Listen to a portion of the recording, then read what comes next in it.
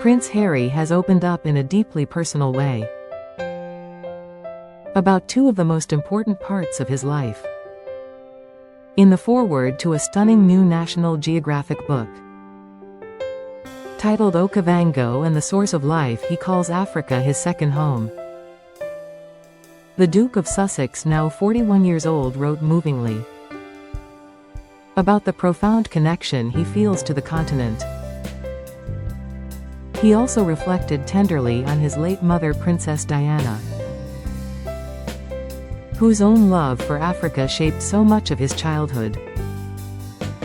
The book, published by National Geographic, celebrates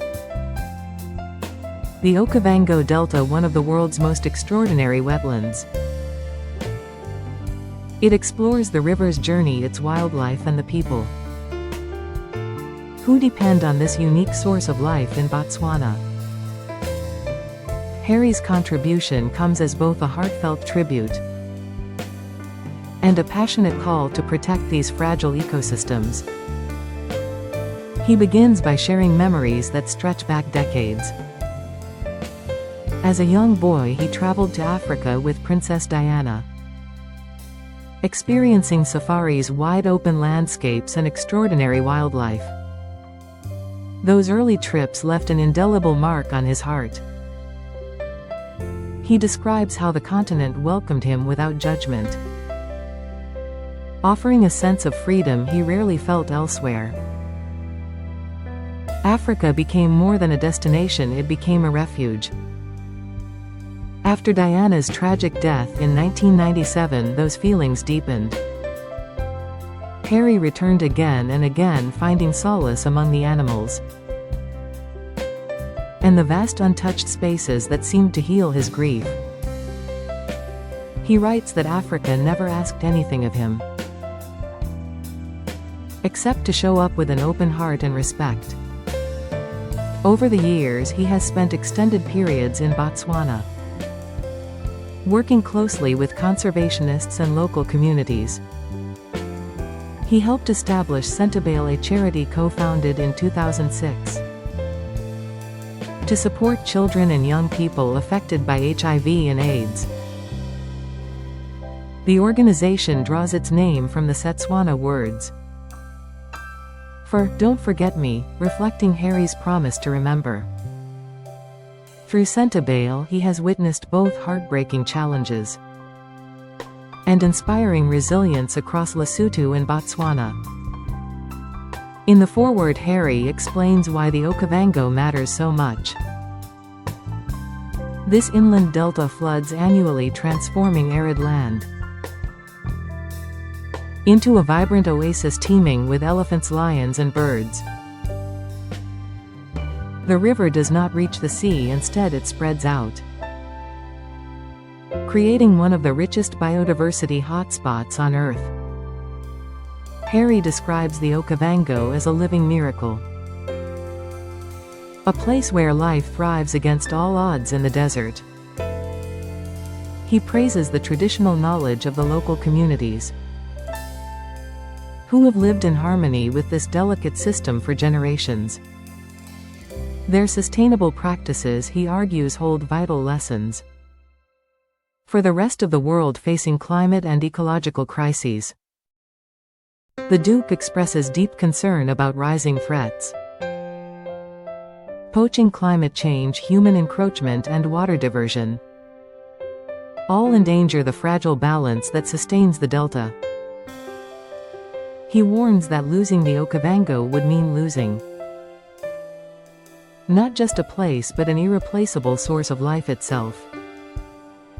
Harry's words carry special weight because of his personal history. He recalls specific moments that still move him today. Camping under endless stars, listening to lions roar at night, watching herds of elephants move silently across the floodplain. These experiences, he says, grounded him during turbulent times. They reminded him of the world's beauty and his small place in it. Princess Diana's influence emerges clearly throughout the text. Harry notes how his mother adored Africa and its people. She visited several times, bringing global attention to issues like landmines, poverty, and wildlife conservation. Her famous walk through an Angolan minefield in 1997 helped push forward the international ban on landmines. Harry writes that Diana taught him compassion in action and the importance of using privilege to lift others up. He feels he is carrying forward her legacy in his own way by supporting conservation and community projects. He honors the values she instilled in him as a child. The foreword also touches on Harry's broader reflections. Now living in California with Meghan and their 2 children, he still feels pulled back to Africa whenever possible. He describes it as the one place where he can breathe freely,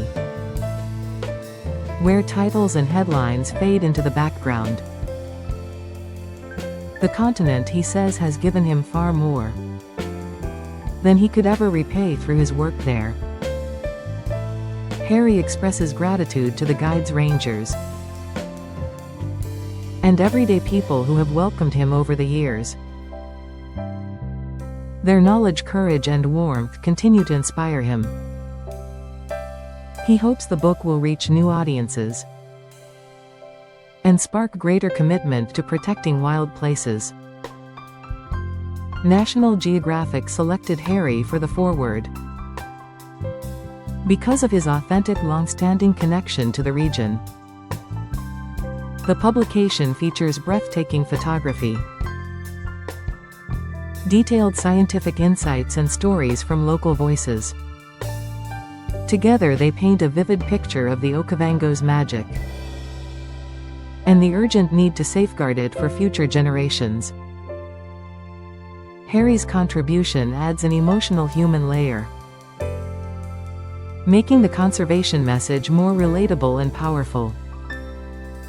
Readers familiar with his story will notice echoes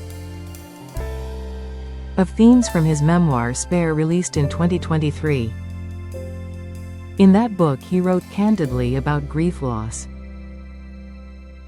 and how nature, especially Africa, helped him cope. The foreword feels like a continuation of that journey, showing how those early experiences still guide him today. Public reaction has been largely positive so far. Many praise Harry for using his platform thoughtfully to highlight environmental and humanitarian issues. Conservation organizations have welcomed his endorsement, seeing it as valuable visibility for the Okavango Delta. Critics, however, question whether celebrity involvement can truly drive lasting change on the ground. Some point to his royal background and current life in exile, suggesting a complicated relationship with public perception. Yet Harry appears undeterred, focusing on the cause itself. He has consistently supported African initiatives through travel, fundraising, speeches, and hands-on work. This latest contribution reinforces that commitment. The book Okavango and the Source of Life arrives at a pivotal moment for global conservation. Rising temperatures, shifting rainfall patterns, and increasing human demands all threaten such ecosystems.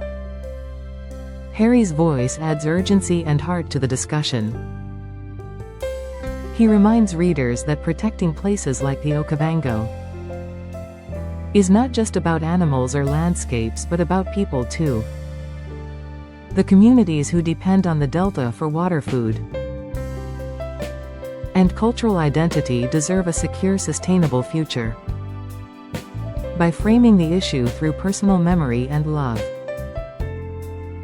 Harry makes the abstract feel immediate and deeply felt.